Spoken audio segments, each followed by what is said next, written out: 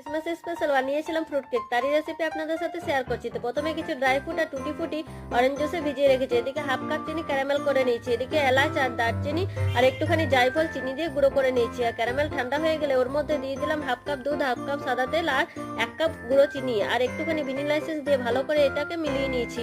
মিলিয়ে নেওয়ার পর এর মধ্যে একটা ছাঁকনি রেখে ওর মধ্যে দিয়ে দিলাম 2 টেবিল চামচ গুঁড়ো দুধ আর জায়ফল গুঁড়োটা, আর দিয়েছি 2 কাপ পরিমাণ ময়দা আর একটুখানি নুনটা দিয়ে ভালো করে চেলে নিয়ে এগুলোকে মিশিয়ে নিয়েছি। এবার ওর মধ্যে দিয়ে দিলাম ভিজিয়ে রাখা ড্রাই ফ্রুটগুলো আর দিয়ে দিয়েছি ওই 4 চামচের বেকিং পাউডার আর হাফ চা চামচ বেকিং সোডা আর 2 চা চামচ ভিনিগার দিয়ে ভালো করে মিলিয়ে বাটির মধ্যে ঢেলে নিয়েছি। আর বাটিতে আগের থেকে আমি বাটার পেপার বসিয়ে দিয়েছিলাম।